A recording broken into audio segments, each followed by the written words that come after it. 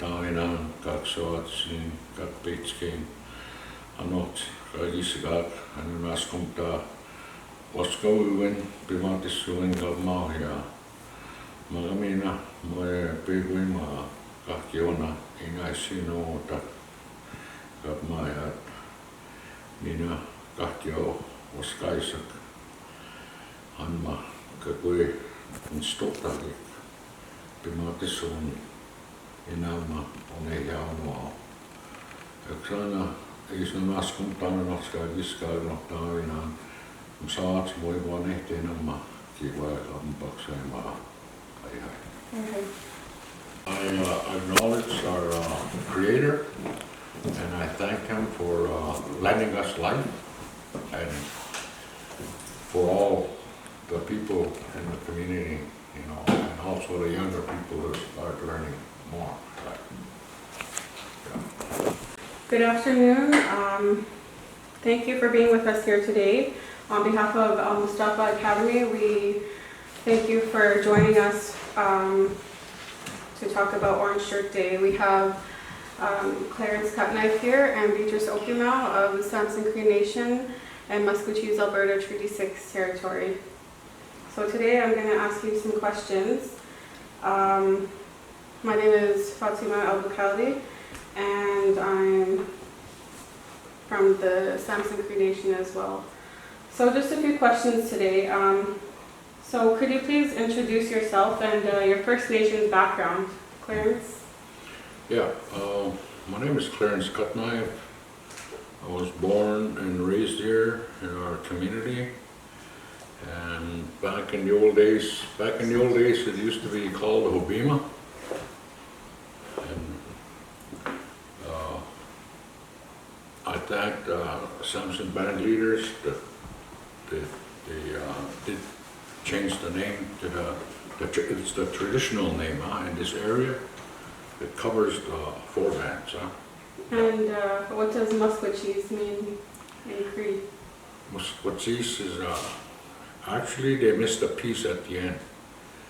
Elders from other communities, they know the traditional name in our area. It should be Maskwacis. There's a piece at the end there where they forgot maybe to put it on there, but just that part covers all the 4 nations. Yeah, okay. all 4 bands. Okay. Yeah. Yeah. Okay. Beatrice, please introduce yourself and your First Nations background. My name is Beatrice Okimau. Is it loud enough? Yeah. I work for Indian residential schools for the past 13 years. I'm from Samson. I'm fluent in my language, which is Cree. And we're happy to have you here today. Thank you. So I'll ask you, what are your best memories growing up in Samson Cree Nation here? One of the best memories I have about our community is like during the summertime when my mom used to do outdoor fire cooking, eating natural food and wildlife and berries and all that. That's one of the things that I miss about our community. Did you help go hunting for the wildlife? Yeah.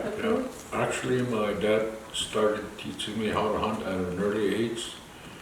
By the time I was 11, 12 years old, I was already hunting by myself. Nice. And where you hunt deer, rabbits, everything? Pretty well. I was with my dad when he hunted the big game like deer, but with rabbits, ducks, and we also went fishing. Oh, nice. Yeah. Okay.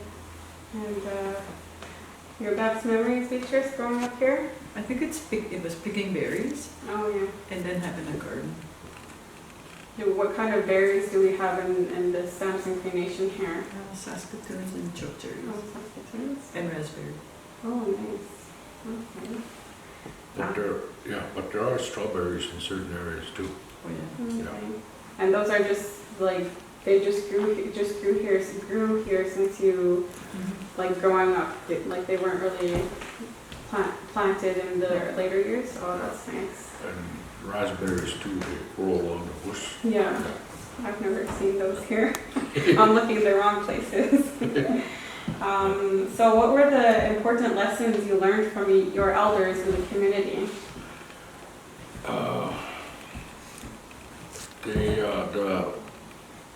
The elders growing up, they shared a lot of their knowledge.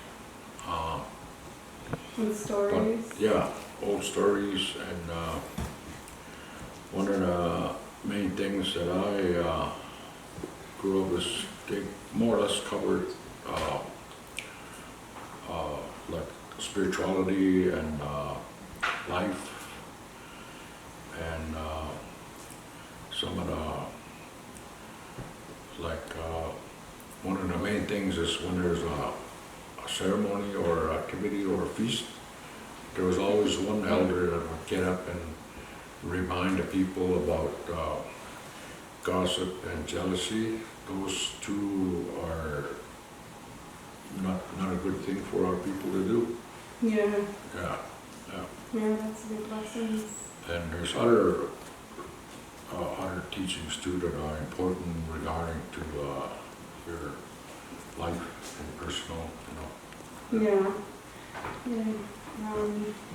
And Beatrice, what important lessons have you learned from your elders?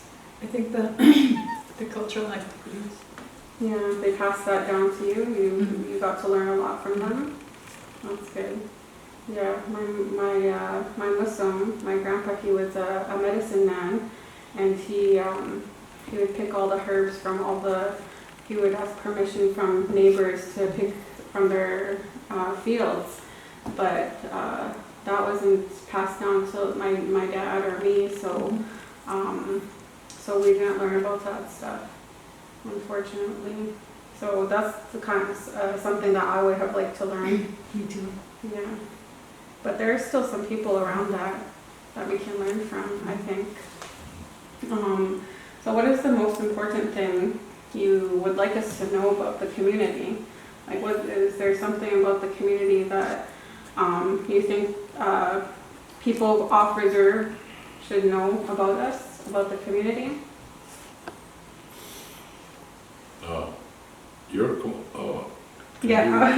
People who live off reserve, who are not native. Oh, Yeah, so like what's a good something important that you think that they should know okay. about our community? Yeah, growing up, from what I remember, is that my parents made sure, like, my relatives on my mom's side and my relatives on my dad's side. Anything important you want us to know about the community, Beatrice? I think the meaning behind the cultural activities. Mm-hmm. Yeah, it would be good for people to become more aware of those. As we know, like we're talking about Orange Shirt Day. It's about remembering the residential schools and how a girl named Phyllis Webstead, she got her shirt taken away from her on her first day of residential school, and that kind of is part of taking away her identity. They wanted her to reform and be like, I guess the people who made the residential schools, who came to Canada, they wanted them to reform and be like them. So that was kind of like a symbol of Phyllis's identity, and they wanted to take that away. So what does Orange Shirt Day mean to you? For me, it is like for people my age group, the language. Mm-hmm. Like, growing up, we were reminded to learn the language. It's important to kind of carry it, but today everything is so fast, with technology and all that, and that's one of the things the younger generation are lacking is Yeah. their knowledge of our culture, and they're missing out on language. For sure, because in residential school, they took the language away. They didn't want the kids to speak in their language, and they would get punished for it. So that's passed down to later generations, and I think in the beginning maybe because they were ashamed for their kids to speak, and then because the next generation, they didn't know how to speak it, so their kids, they just didn't know anything. Like for me, my grandparents, both sides, they spoke Cree, they spoke their language, but then my mom and my dad, they never taught them, so I was never taught. So that's unfortunate. And what does Orange Shirt Day mean to you? It's more than losing our shirt. We've lost our culture and our language. Yeah, sure. So Clarence, did you attend residential school? Yes, I did. Actually, the school, there was students the residential schools that were there, and I went to day school up to grade 8, and because of that, I thank my parents for keeping me at home. But when I got to grade 9, I had to stay there because they had study class in the morning and then another study class after school. And how was your experience there? I know the schools were they were not nice. The teachers were not nice. How did your experience go? What kind of things happened in your school?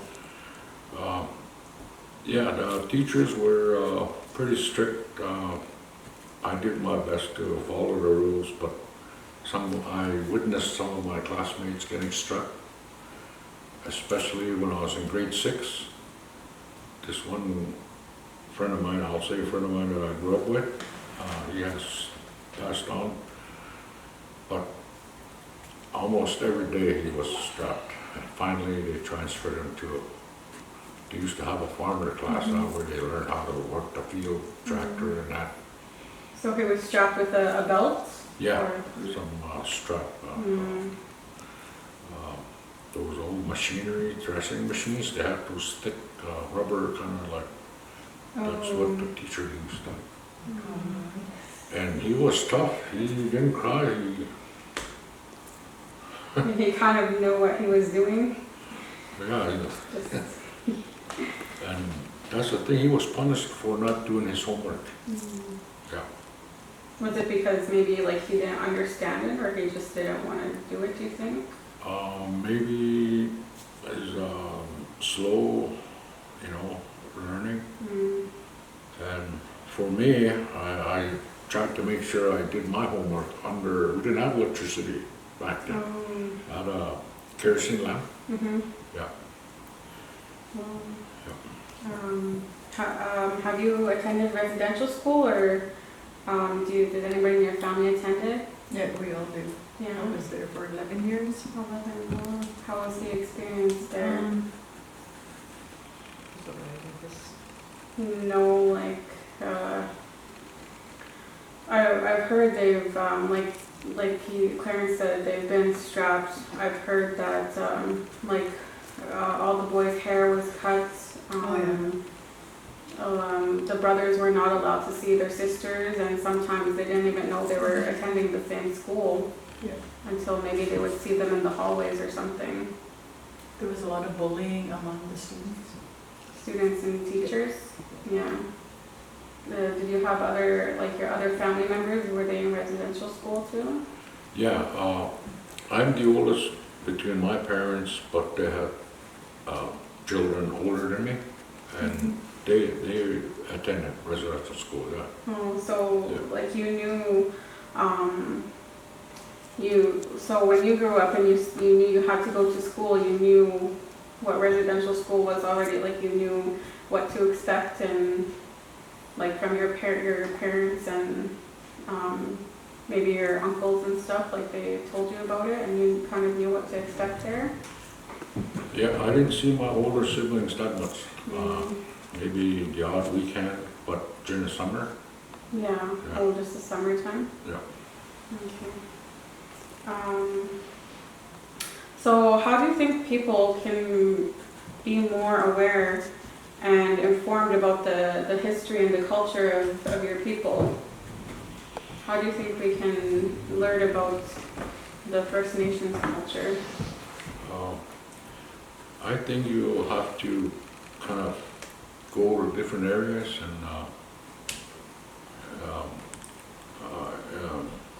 interview, because not every community is the same. Yeah, just kind of search for yourself and like Yeah. travel around a little bit. Yeah, but culture and ceremonies are basically the same. Yeah. Do you have any other ideas how people can become more aware of the culture and the history? There should be more teachings on it, Mm-hmm. because I want to learn. Yeah, and maybe more elders or more First Nations people in the schools, Mhm. hey?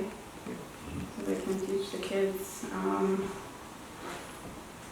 Okay, is there anything else that you'd like our students to know about the community? Is there any stories that you want to tell or anything else that you want to share or give any advice to the outside communities?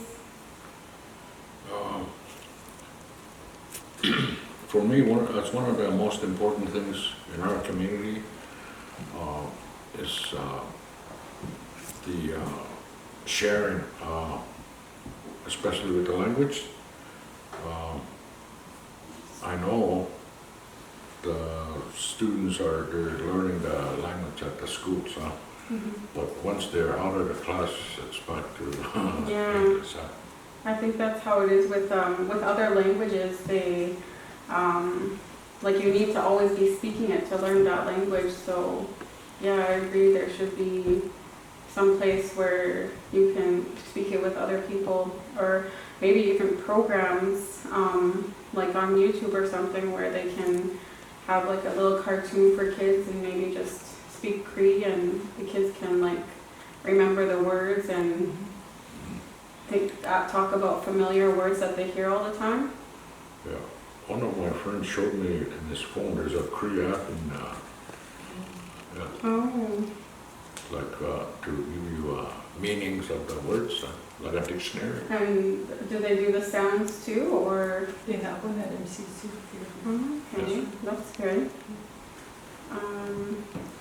Did you want the students to know if you have anything that you'd like to tell the students, or any stories, anything you want the community to know?